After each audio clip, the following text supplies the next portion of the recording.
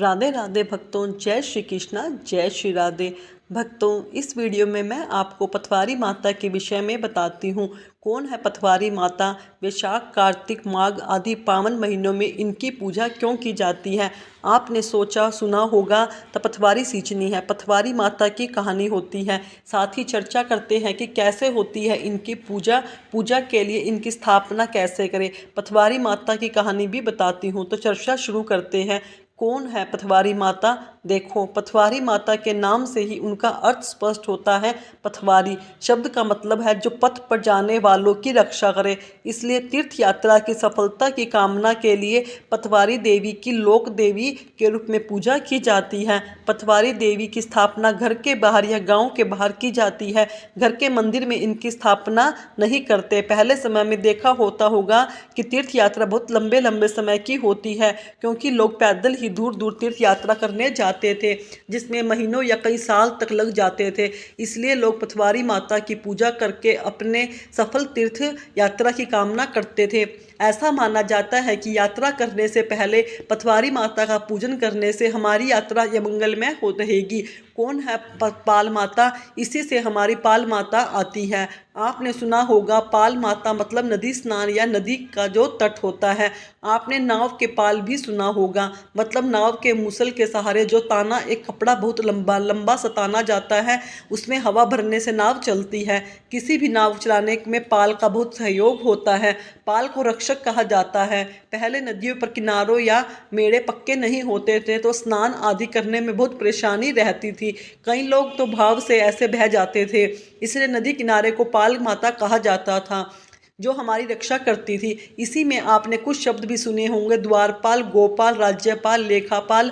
तो मतलब उनका सब रक्षक या सब उनको होल्ड करके रखना वाला, संभालने वाला पथवारी माता कहते थे।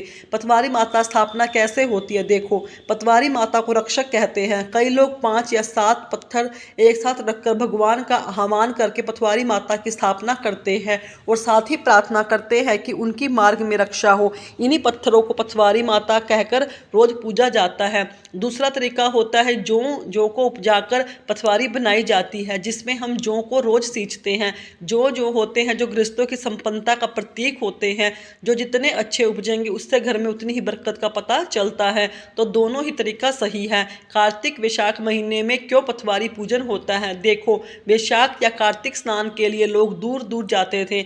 लोग जब भी वैशाख स्नान या कार्तिक स्नान आदि के लिए तीर्थ यात्रा पे जाते थे, तब तो पथवारी माता की पूजा अर्चना करते थे, ताकि उनको तीर्थ यात्रा सफल हो, उनका रास्ता अच्छा रहे। जब हम घर पर ही कार्तिक वैशाख स्नान करते हैं, तब भी हम पथवारी माता की पूजा करते हैं, क्योंकि हम भक्ति मार्ग पर चल रहे हैं, भक्ति की यात्रा कर रहे हैं और पथवारी माता से प्रार्थना करते हैं कि हमें इस भक्ति मार्ग पर चलाए रखना, हम अपना स्नान व्रत पूरा करें, इससे हमें शक्ति देना, इससे हमारा पूरा काम करवाना। पथवारी पूजन करके देखो। पथवारी माता के मंदिर में पुजारी बताते हैं कि पथवारी की भक्ति में शक्तिपीठ के दर्शनों की यात्रा को सफल माना जाता है।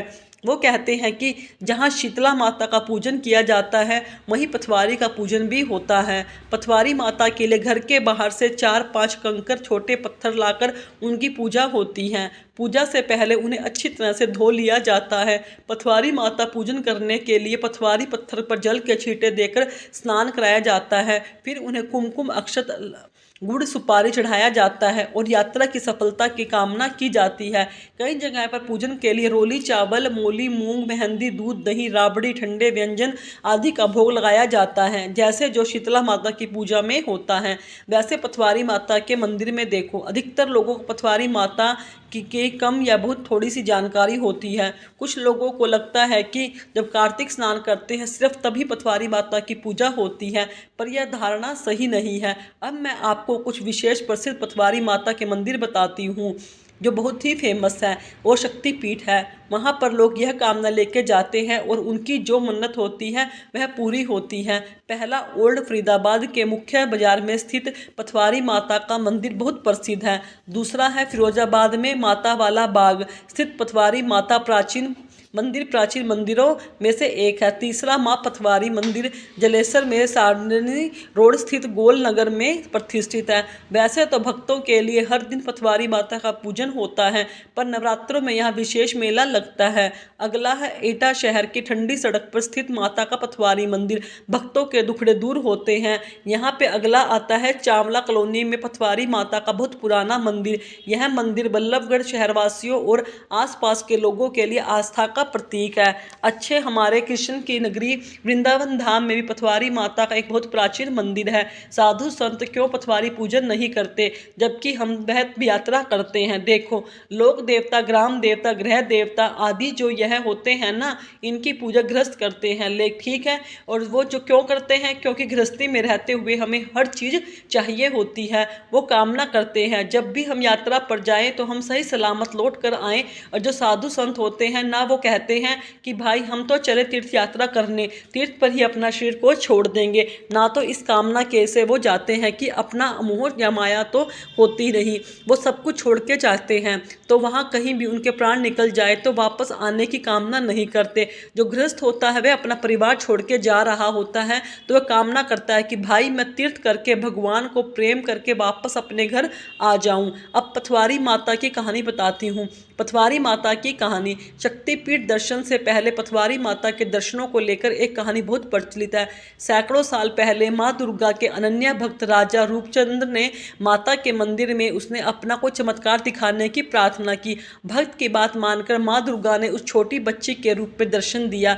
जब माँ ने उनके नाम से आवाज़ लगाई तो छोटी बच्ची को देखकर वह हैरान हो गया। उसने पूछा कि वह आप कौन हो? तो उन्होंने बच्ची ने बताया कि मैं माता रानी का स्वरूप हूँ। अब रूपचंद को विश्वास नहीं हुआ तो उसने माता से खुद के पास पासा खेलने के लिए कहा। जो राजा था वो पासा खोलने के बहुत ज़्यादा एक्सपर्ट था और वो कभी किसी से हारा नहीं था। माँ के सामने उसने कुछ अंक बोले और पासे फेंके, लेकिन उसके वो अंक नहीं आए। उसने पासे दोबारा उठा के फेंके, फिर भी वो अंक नहीं आए। एक बीच में एक भक्त पानी में डूब रहा था और माँ को आवाज़ लगा रहा था। माँ ने वहीं से भक्त को हाथ बढ़ाकर बचा लिया। फिर जब माँ ने अपने पासे फेंके तो माँ के हाथ में एक पानी की बूंद गिरी। जो राजा रूपचंद था उसने माँ से पूछा कि माँ, सूखे में पानी की बूंद आपके हाथ में कहाँ से आई? तो माता ने पूरी बात बता दी कि एक भक्त पानी में डूब रहा था, मैंने उसे बचाया है। अब राजा रूपचंद्र को माँ की बात पर भरोसा ना हुआ। उसने माँ को कहा कि मुझे लगता है कि सिर्फ इंसान ही झूठ बोलते हैं, लेकिन यहाँ तो माता आप भी झूठ बोलती हो। अब बात सुनकर राजा की माँ नाराज होकर गई। उन्होंने उसी समय राजा को पत्थर का बना दिया। इसके बाद जब रूपचंद की पत्नी अपने पति को ढूंढते हुए वहां पहुंची तो उसने पति को पत्थर का देखकर माता रानी से पति लौटाने के लिए कहा। माता रानी ने कहा कि मैं अपना श्राप वापस नहीं ले सकती, लेकिन मैं तुम्हें पत्थर का बना के तुम्हारे यह कष्ट हो रहा है तुम्हारा दुख दूर हो जाएगा। मैं तुम्हें यह आशीर्वाद देती हूँ कि दुनिया तुम्हें मुझे पूजने से पहले तुम्हें पूजेगी, तभी मैं उन भक्तों की पूजा स्वीकार करूँगी। जो भी भक्त मेरे दर्शन के लिए आएंगे उन्हें पहले तुम्हारे दर्शन करने होंगे। तुम तीर्थ यात्रा पर जाने वालों की रक्षा करोगी। तुम्हें पथवारी माता के नाम से जाना जाएगा। इसी के बाद से पथवारी माता का पूजा का चलन शुरू हुआ। बोलो पथवारी माता की जय, शीतला माता की जय, दुर्गा मैया की जय। मैं उम्मीद करती हूँ इस वीडियो में यह जानकारी आपको अच्छी लगी होगी। अगर भक्तों आपको मेरी दी गई जानकारी अच्छी लगी तो मेरे चैनल को सब्सक्राइब करें, वीडियो को लाइक करें, कमेंट में राधे राधे अवश्य लिखें।